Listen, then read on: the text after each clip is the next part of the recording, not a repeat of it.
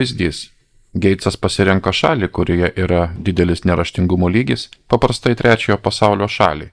Monopolizuoja nevyriausybinių organizacijų sektorių, remdamasis humanitarinės pagalbos prielaida. Pavyzdžiui, AIDS. Tiesiog teigia, kad vyrų lytinių organų žalojimas gali išspręsti AIDS, kam nėra jokio mokslinio pagrindo. Šablonas.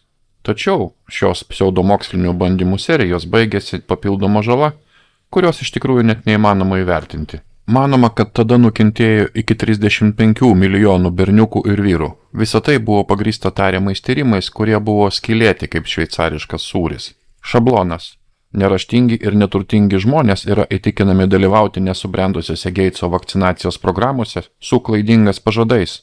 Ir vėl atsiranda žala visur, kur tik akis mato. Kitas pavyzdys yra susijęs su nelegaliais Geitso fondo eksperimentais Indijoje. Šablonas. Vėlgi, mes kalbame apie neįsivaizduojamo dydžio šalutinę žalą, nuo kurios nukentėjo 491 000 Indijos mergaičių, moterų bei kūdikių. Tada Indijos parlamentas sudarė darbo grupę, kuri pašalino Geitso fondą iš Indijos. Tačiau jie vėl grįžo į Indiją per koronos krizę. Citata. 491 000 papildomų paralyžiaus atvejų nebūtų buvę kitaip pastebėti. Kita citata. Koreliacija tarp nepoliomelito ūminio suglebusio paralyžiaus dažnio ir pulso poliomelito dažnio Indijoje. Geitsas negalėjo visko nupirkti, kad visa tai liktų užmarštyje. Modelis. Per pastaruosius 2 dešimtmečius beveik neįmanoma rasti sričių susijusių su pasaulinėmis sveikatos iniciatyvomis, kurios nebuvo paliestos Geitso fondo. Jie sugebėjo visur įkišti savo čiuptuvus ir mes kalbame apie mokslų monopolizavimą. Bilo Geitso tariamai filantropiniai motyvai nėra altruistinio pobūdžio, kaip daugelis norėtų, kad jūs tikėtumėte. Jo pagrindinis planas apskaičiuotas labai tiksliai. Tikslas yra begalinis pinigų srautas, be jokių mokestinių kliučių. Kaip kad jis pats vienam interviu išsireiškė, 20:1 grąža. Geitsas yra didžiausias donoras pasaulio sveikatos organizacijai CDC-Gov bei kitoms visoms pasaulinėms sveikatos iniciatyvoms.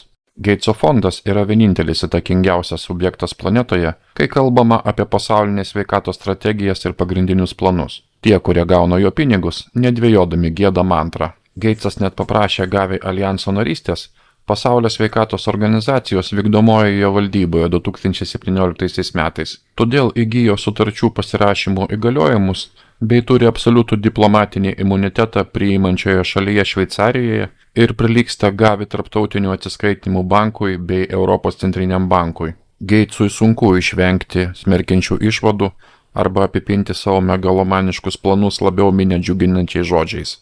Šis TED pokalbis jau apskriejo pasaulį, kur po pasaulinės sveikatos priedanga jau garsiai galvojama apie tvaresnę gyventojų kontrolę. Vėl turime atsigręžti į istoriją bei Kissingerio ataskaitą, išleistą 1974 metais. O ten rašoma, nors akivaizdu, kad gyventojų spaudimas nėra vienintelis su tuo susijęs veiksnys, tokio pobūdžio nusivylimai yra daug mažiau tikėtini lėto arba nulinio gyventojų skaičiaus augimo sąlygomis. Buvęs valstybės sekretorius Henris Kissingeris, Davido Rockefellerio partneris, yra pasakęs, kas kontroliuoja maisto tiekimą, tas ir valdo žmonės. 2006 metais Geitso fondas bei Rockefellerio fondas pradėjo $424 milijonų alijansą už žaliąją revoliuciją Afrikoje, pavadintą AGRA, susipinusią su vakcinomis. Pasak Bilo ir Melindos Gates, vakcinų nuo poliomelito programos Afrikai turėtų būti pasaulio gelbėtojos. Rezultatas – papildoma žala, labai sunerimi Afrikos gyventojai, kurie nebenorėjo būti naudojami kaip jūrų kiaulytės. Mes ne tik susidurėme su didžiuliu neigiamu vakcinų poveikiu, tai yra bioetinė katastrofa. Sudano federalinė sveikatos ministerija pranešė pasauliniai sveikatos organizacijai apie cirkuliuojančios vakcinos kilmės antrojo tipo poliomelito viruso aptikimą šalyje. Šablonas. Visa tai nedaro įspūdžio Billui ir Melindai Gates. Gatesų vėlgi sunku nuslėpti entuziazmą dėl etiškai labai abejotinių eksperimentų. Tai beveik primena ekstatinį išsipildymą. Viskas, kas genetiškai modifikuota, turi patekti į visus biologinius ciklus. Billas Gatesas žino, kaip dar labiau ištempti lanką, kad jo pasekėjams būtų šiek tiek sunkiau jį apginti. O dabar mes patenkame į dar tamsesnės sritis, o ypač į jo verslo santykius su Jeffrey Epsteinu. Operacija nužudyti Bilą. Svarbu, kad žmonės žinotų, kas yra Bilas Geitsas ir kad priešingai jo melui, kad jis Jeffrey Epsteiną pažinojo tik nuo 2011 metų. Viena iš Epsteino aukų teigia, kad jie buvo artimi draugai nuo 90-ųjų. Štai Bilas pavaizduotas su Jeffu po to, kai Jeffas buvo nuteistas už prekybą vaikais. Taip pat verta paminėti, kad Borisas Nikoličius buvo Epsteino testamento vykdytojas. 2011 metai Jeffrey Epsteino Manhattano dvaras, nuotraukoje iš kairės. Jamesas E. Staley, tuo metu buvęs vyresnysis JP Morgan vadovas, buvęs iždo sekretorius Lawrence'as Summersas, ponas Epsteinas, Bilas Geitsas, Microsoft įkūrėjas ir Borisas Nikoličius, kuris buvo Bilo ir Melindos Geitsų fondo patarėjas mokslo klausimais. Pavyzdys. Ghislaine Maxwell čia pamini Billą Geitsą kaip didelį savo vandenynų tvarumo programos rėmėją. Programoje, kuri vėliau patyrė daugiau nei šiek tiek žalos, po to, kai paaiškėjo, kokiose tamsiose machinacijose dalyvavo ilgametė Jeffrey Epsteino gyvenimo draugė. Nors oficialioje šios programos donorų duomenų bazėje Epsteinas buvo įrašytas kaip diskvalifikuotas, Media Lab ir toliau priimdavo iš jo dovanas, o Epsteinas buvo tarpininkas tarp laboratorijos ir kitų turtingų donorų, įskaitant Billą Geitsą, paaukojusi 2 milijonus. Geitsas daug kartų buvo susitikęs su Epsteinu. Jo gyvenimo būdas yra labai skirtingas ir savotiškai intriguojantis, nors man tai netiktų, jisai pasakė. Geitso fondo darbuotojai buvo šokiruoti sužinoję, kad fondas dirba su seksualiniu grobuonimi. Ši išsami Bilo elgesio modelių apžvalga padės suprasti šią pagrindinę šios temos dalį. Geitso fondai ir COVID-19 krizė. Bilas turėjo labai sudėtingą planą visai planetai, o jo išsivadavimo vizija dabar atrodo šiek tiek apgadinta. Šiek tiek sugrįžkime atgal, kad gautumėme visą apriptį. Ypač 2017 metais atrodo, kad Bilas Geitsas įspėjo apie būsimas epidemijas, jau tada kalbėdamas apie naujas mRNA vakcinų platformas, tokias kaip Moderna. Labiausiai tikėtina, jisai sakė, kad visa tai sukels 10 milijonų papildomų mirčių.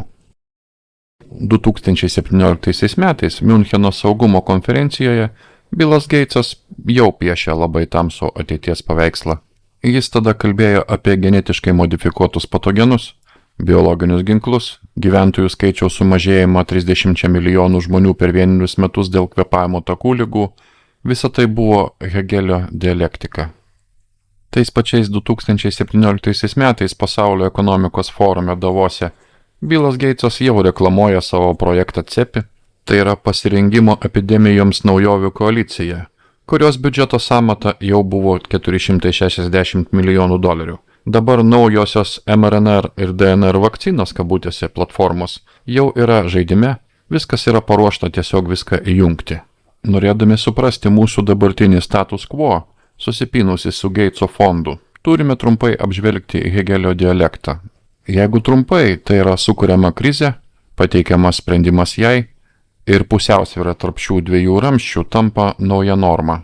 2017 metais Anthony Fauci, mokslinės tarybos narys Geitso fonde Georgetowno universitete pareiškė, Trumpo prezidentavimo metu bus netikėtas pandemijos protrūkis. Žvelgiant atgal, matosi nuostabus prognozavimo įgūdžiai, kuriuos demonstravo visi Geitso bendrininkai. 2019 m. lapkričio mėnesį Pirbraito institutui finansuojamam Geitso fondo buvo suteiktas patento numeris EP 31723119B1. Citata.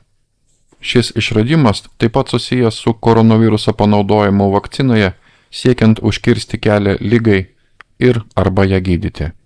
Jis gali būti panaudotas ir žmonėms gydyti. Šiuo metu noriu pabrėžti, kad šis patentas nurodo funkcijų eksperimentus. Dokumentas apima gamma koronavirusą ir greičiausiai buvo atlikti labai neetiški eksperimentai su tais virusų domenais, kurie konkrečiai nenurodo SARS-CoV-2, tik 68% genetinio panašumo. Greičiau tai nurodo klaidingą mokslo etikos supratimą. Patento pateikimo data yra 2019 m. lapkričio mėnuo. Tai taip pat nesukuria pasitikėjimo Pirbraito institutu ir Geitso fondu. 2017 m. lapkričio 13. Sekanti pandemija. Renginys palaikomas Geitso fondo ir Wellcome Trust. Citata.